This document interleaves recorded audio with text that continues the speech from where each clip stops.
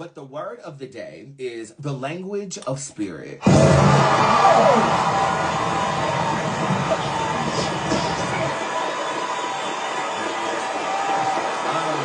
For psychics, mediums, and intuitives, the language of spirit can be dissected by signs and symbols in our reality, or even tangible voices that you hear. You could be perceived as crazy, or you could be perceived as incredibly spiritual. I consider you incredibly spiritual because the world considered me crazy. But when I learned about spirituality, I got off that mountain and I was taking AP classes with people who weren't my skin color. So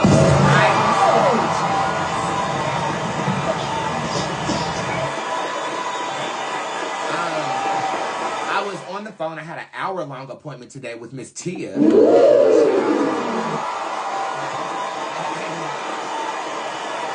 And she inspired me. And she was prefacing what she was saying by saying that, you know, I watch a lot of YouTube videos about spirituality. I don't want you to get upset or anything like that. And I think people have the perception of me that I expect total loyalty. No, you ain't got to be loyal to me. You got to be loyal to God. Okay? She prefaced it by like trying to prevent me from being upset that she saw somebody else or she's getting counseled by someone else and it inspired this word. First and foremost, I don't have a problem with any other spiritualists. What I have a problem with is people who pin other people together. It's like you're telling me what another reader has told you. It's like getting your hair done at somebody else's salon and then you go to somebody else's salon and say, look what they did. That's my issue. The only messenger of spirit. There are millions of us out here, and if you find somebody that resonates with you, kudos to you. But my only thing is, don't pin our work against each other. That is where the issue lies. So if you tell me that you get counsel from someone else, I have no problem with that. I'm actually rooting for you because I feel like you're one step closer to being the divine spiritual being that God has called you to be. Okay.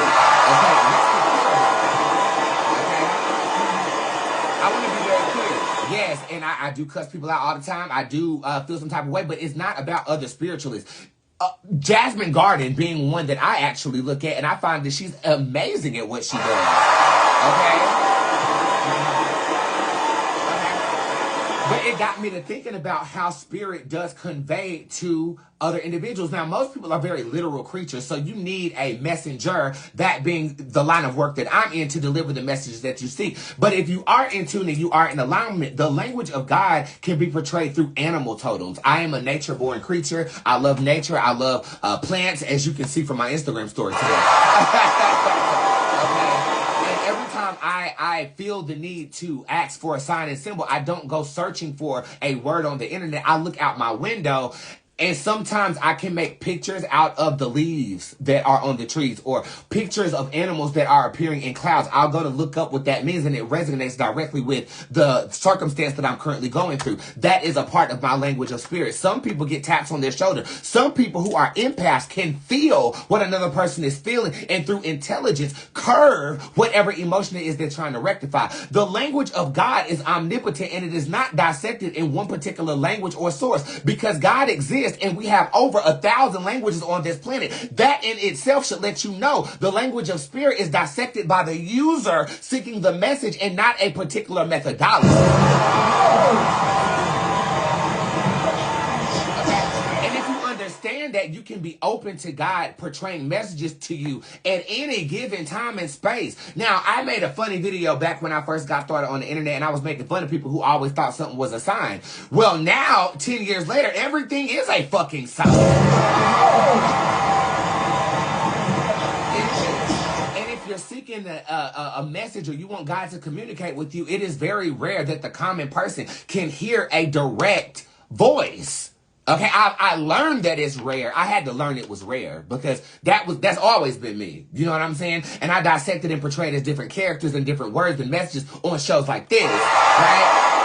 But I had to learn that most people don't have that line, that voice, that omnipotent feeling of guidance within them. So in order to first, you have to be clear about what you seek. Then you have to be able to listen. And if you look at my content, especially... Energy, but right now... Fuck Kareem, so I can get my real soulmate. I talk a lot, but I'm also as great of a listener as I am a talker.